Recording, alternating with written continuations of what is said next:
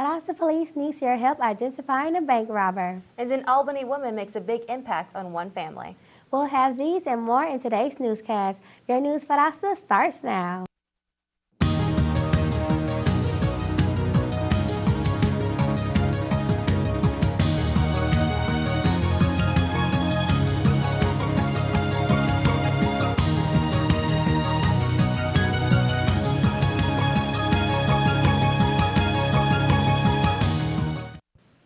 Welcome to News Valdosta. I'm Erin Ellis. And I'm Claire Contavita.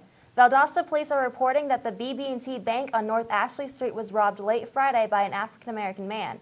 They say the unidentified offender entered the bank and handed a note to a clerk demanding money. The clerk gave the suspect an undisclosed amount of money and he allegedly fled the scene on foot, running north from the bank.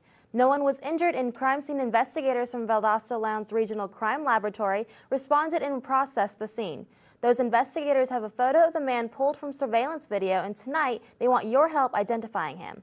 They say the man appeared to drive away from the scene in a green or blue Dodge Intrepid. If you have any information about the suspect or the crime, you're asked to contact the Valdosta Police Department. Authorities say you can remain anonymous. An Albany woman is facing charges after she crashed her car into another family's home yesterday. Albany investigators say 55-year-old Mabel McDonald crashed into the home of 16-year-old Raven Taylor and her grandfather. The home is located on Old Dominion Drive. Police say McDonald had children in the vehicle with her. The home reportedly received more than $15,000 in damage. McDonald is charged with failure to maintain her lane, and more charges are pending. Police reports show a different Albany woman sustained gunshot injuries yesterday morning around 3 o'clock when someone allegedly fired shots into her home on Gadsden Drive. Police say 35-year-old Amanda Turner was struck at least twice, and there were 3 other people in the home, including a man and 2 children, who were not injured. Coakley County Sheriff's deputies were searching a home of a burglary suspect this weekend when they allegedly not only found stolen merchandise, but also found drugs. The suspect, Jack Delane Bird, was reportedly caught with stolen merchandise, methamphetamine, and a small portion of marijuana. Bird was charged with burglary, 2 counts of drug possession, and 3 counts of possession of a firearm by a convicted felon. Congressman Jack Kingston took a break from campaigning this weekend to address the possibility of Moody Air Force Base closing. Kingston addressed the possible base realignment and the Federal Closure Commission coming to Moody and possibly closing it down. Kingston has been quoted as saying that he and Congressman Austin Scott are working together to make sure that Moody keeps the A-10 Warthog aircraft stationed there. Kingston said the closure could happen due to cuts in the national defense budget. Former President George W. Bush is coming to Valdosta. The ex-president will be the keynote speaker at Georgian Christian School benefit banquet later this year. This will not be Bush's first visit to Valdosta. He was the GCS benefit speaker in 2012. Bush also lived in Valdosta while he was stationed at Moody Air Force Base. Valdosta has a rich history of visiting presidents from McKinley all the way down to George W. Bush. Assistant School Superintendent Troy Davis is set to retire from the Lowndes County school system. Davis allegedly authorized salary increases at the beginning of the fiscal year 2014. The superintendent and the Board of Education say they weren't aware of the salary increases. The school system did not take any action in the matter when it met last week. The school board instead accepted the retirement request submitted by Davis. The resignation will be effective March 31st. 3 men were arrested in Columbus, Georgia on a rape charge. Robert Carl Johnson, Joy Petrell Guerin, and Katori Glover were arrested of forcing a woman into her car, raping and shooting her. Investigators say the men left the victim at the scene, but not before setting her car on fire while she was still inside. At this time, the victim is undergoing extensive hospital treatments. The men are being charged with rape, kidnapping, arson, and other charges. This past Thursday, there was a reported purse snatching near Toombs Street. The victim, Crystal Floyd, told the police she was walking down her street around 5 p.m. when she was attacked. The assailant is described as a young African-American male wearing a black leather jacket, blue t-shirt, and dark blue jeans. Floyd reported she was robbed of her phone and sustained no injuries. When we come back, we'll take a look at Tech Expo that's hitting local schools. And find out who were affected by this earthquake over the weekend. Stay with us. When every moment matters and a hand reaches out, when someone gives blood and a life is saved, that moment when heartbreak turns to hope, you're there. through the American Red Cross. Every day, the Red Cross responds to nearly 200 neighborhood emergencies, and your support makes it possible. Use this moment to join us today. Visit redcross.org.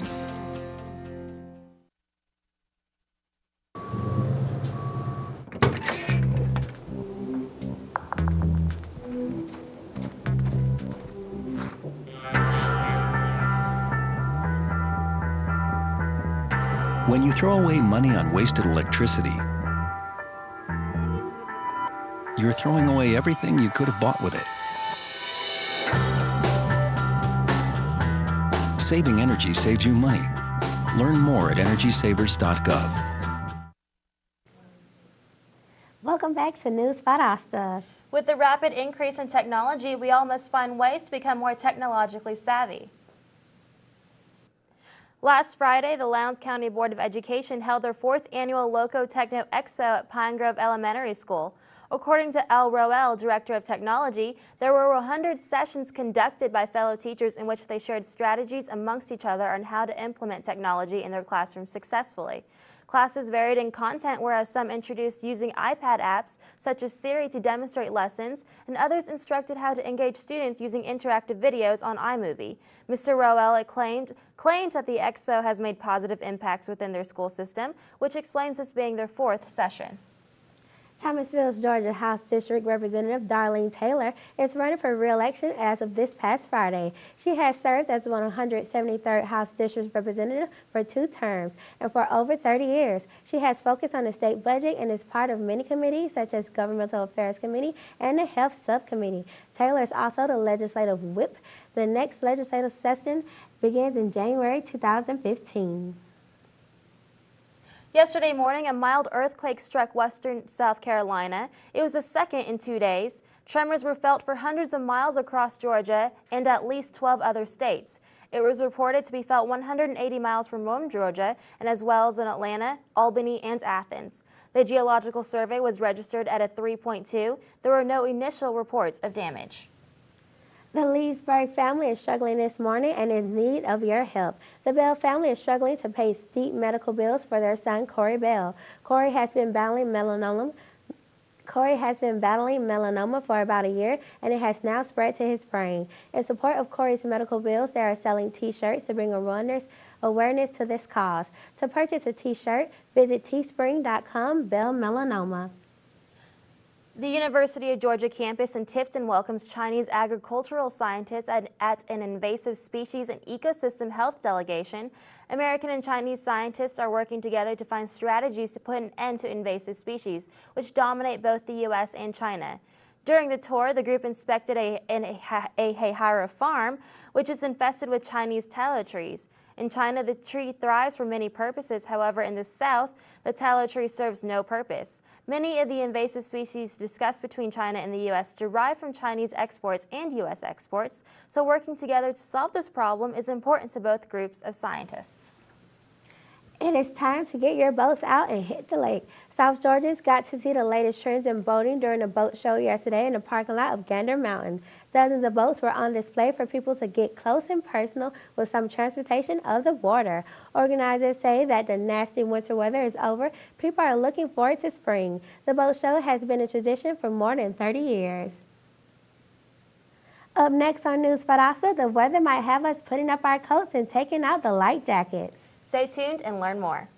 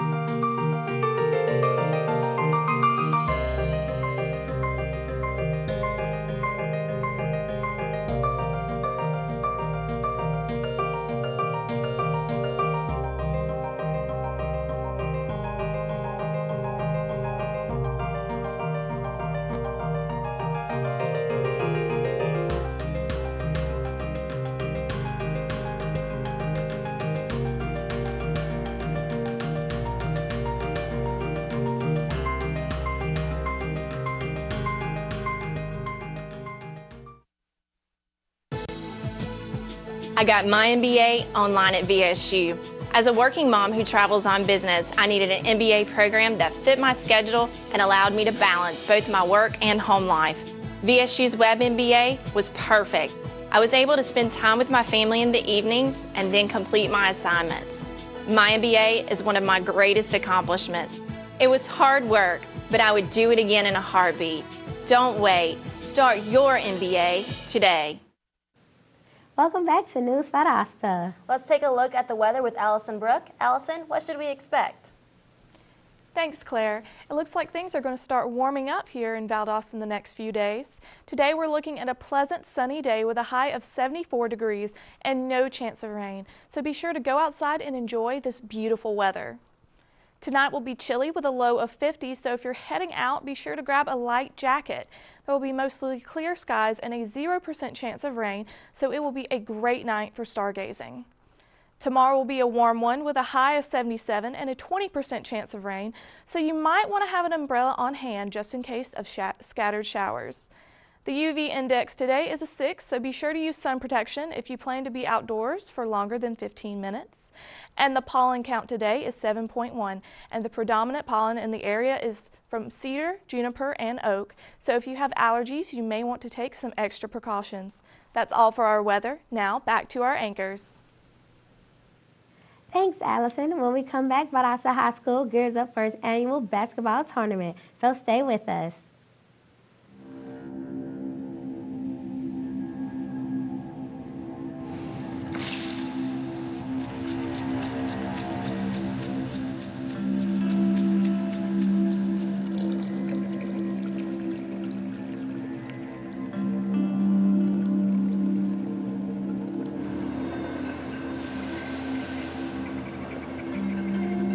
When some people struggle with their mortgage payments, they become frozen, petrified. Not knowing what to do, they do nothing. But the people who do something, the people who take action, are far more likely to get the most positive outcome. Making home affordable is a free government program. Call now to talk one-on-one with a housing expert about the options that are right for you. Real help, real answers, right now.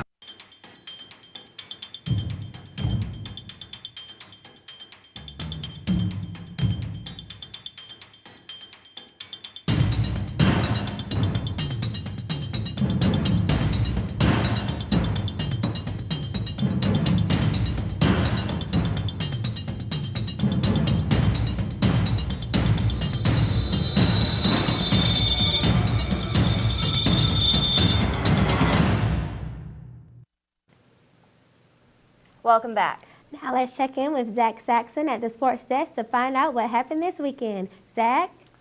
Thanks, Aaron. There's plenty of baseball action in the area, starting this afternoon with Valdosta High School's 16th annual Wildcat Invitational Baseball Tournament. Teams are going to travel all the way from Macon, Tallahassee, and all the way up from Atlanta to join in the week-long event. Other teams will come from more local areas such as Berrien and Cook County. Teams will start play at Valdosta High and the neighboring Lowndes County High to keep things moving. And it'll start at 4 o'clock this afternoon as Valdosta High School will face off against Madison. Tickets cost $5 per game for everyone over the age of 12. But the biggest news in baseball today will come from Valdosta State University Blazers, where they rolled over Shorter University Hawks in a doubleheader this past weekend. The Blazers demolished the Hawks 11-0 in the first game, but Shorter revived just enough to score a single run in the second game, losing 3-2. So it was a good start for the Blazers in their first 2 games of Gulf South Conference 2014 season, and the Blazers now have 8 wins with no losses on the season, while Shorter stands at a single win and 8 losses. But the Hawks put up a much tougher fight in the ladies softball action this past Saturday, racking up a 3-1 victory in the first game of a 3-game series. The Hawks were able to get 2 runs on a homer that put them on top, adding insult to injury with another defeat of the Lady Blazers, squeezing out an 8-6 win later that day. The Blazers held a brief 1-0 lead early in the game, but the Hawks' home run put an end to that. The Blazers refused to give up and returned Sunday to deliver a whopping 10-2 victory after coach Thomas Massera made some changes in the lineup.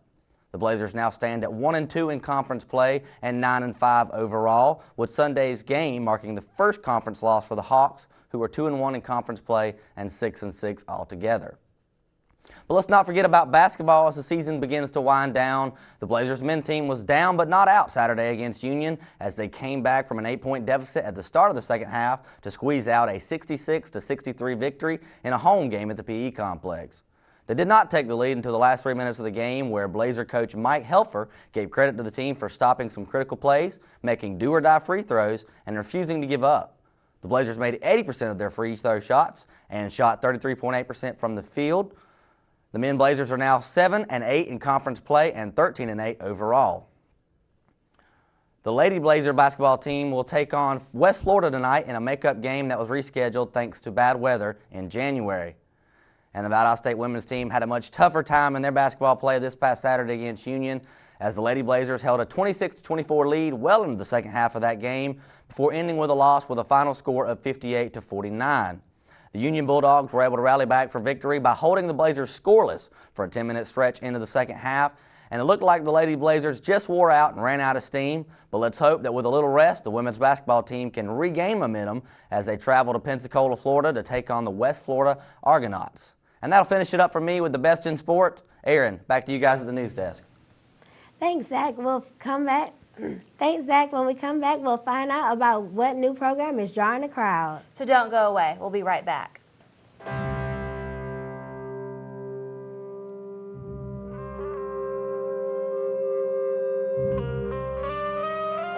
7,000 high school students drop out every school day. That's a line of desks more than 4 miles long. We can keep students in school. Visit boostup.org and take the first step. So, I got this new family, and I don't know what it is about this one, but she can't seem to put down that toy all day long. Tap, tap, tap, tap. Oh, and she even talks to it. She talks to that more than she talks to him. What's up, bro? Nice shirt. Who's she talking to? Her mom? She talks to her mom a lot. Welcome back to News Valdosta. It's the season of quilts in Tifton. Exhibits accelerating quilting are starting with an event called the Threads of the Blind. The event is a 5-week phase lasting now until March 22nd. It will be held at the Tifton Museums of Arts Heritage Center. Each quilt at the event depicts someone's life story. Quilt specialist Belt Mount will speak at the exhibit on March 1st. Terrell County kids have a new place to hang out on Saturday mornings following the opening of the Terrell Resource Center on Oak Street in Dawson. Young students will get to learn about healthy eating, cooking, and have a chance to play sports. Organizers say this program will bring something positive to the community. The program is free and will be held on the first and fourth Saturday of each month. The program is open from 10 a.m. to noon and it's offered to kids in grades 3 to 12. For more information, contact the Terrell Resource Center. That's it for our program today. Thanks for watching News Valdosta. I'm Erin Ellis. And I'm Claire Contavita. Join us again next time.